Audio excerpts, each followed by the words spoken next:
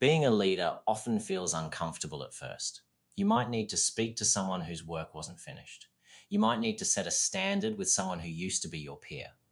Or you might need to have a conversation with someone who becomes defensive the moment you raise an issue.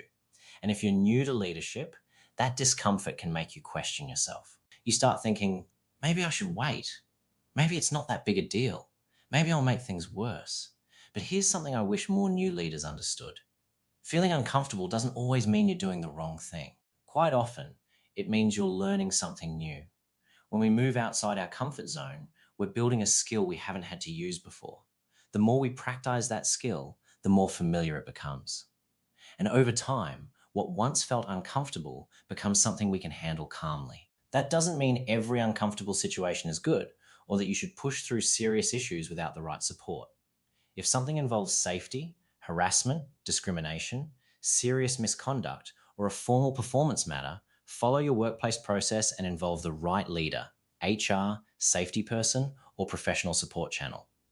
But for the everyday leadership moments, the conversation about a missed standard, the unclear task, the team member who is slipping, the boundary that needs to be set, those are the moments that help you grow. Let me give you a practical example.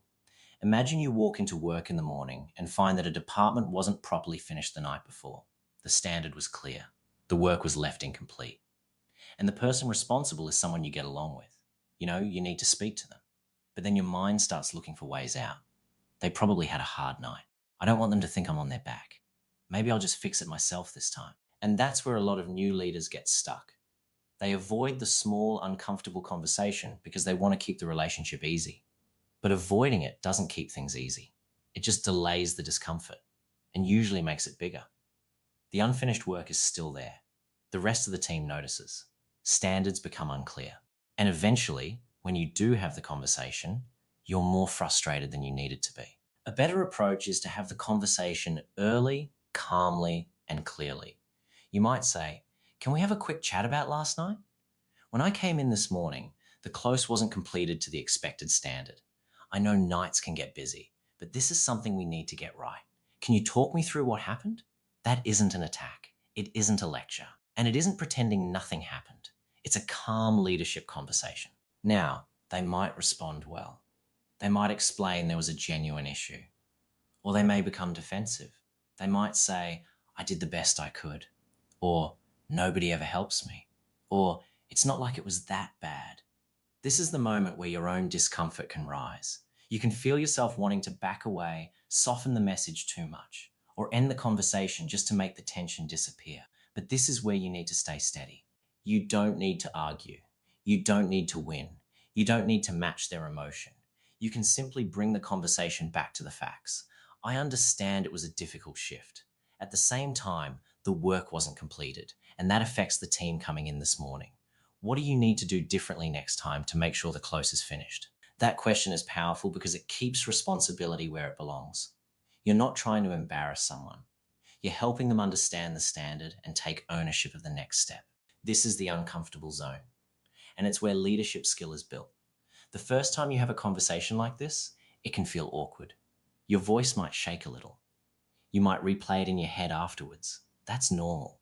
The goal isn't to become someone who enjoys difficult conversations. The goal is to become someone who doesn't avoid the conversations that need to happen. Because every time you handle one respectfully and clearly, your comfort zone expands.